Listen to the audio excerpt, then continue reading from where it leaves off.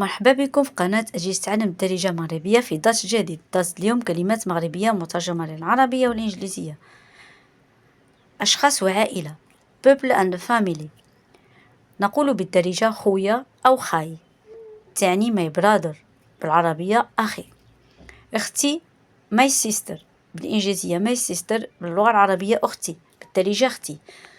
بابا ممكن نقولوا بابا أو با my dad، dad أبي.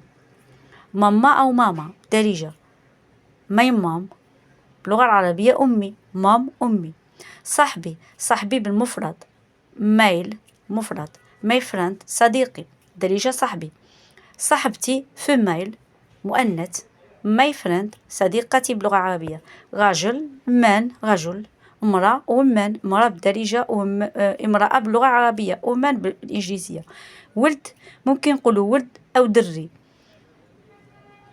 ولد أو دري بوي ولد صبي باللغة العربية، ولد صبي باللغة العربية بالدارجة ولد دري. بنت جيرل فتاة. شارك في القناة وفعل الجرس. ويلكم مرحبا بكم، سلامة.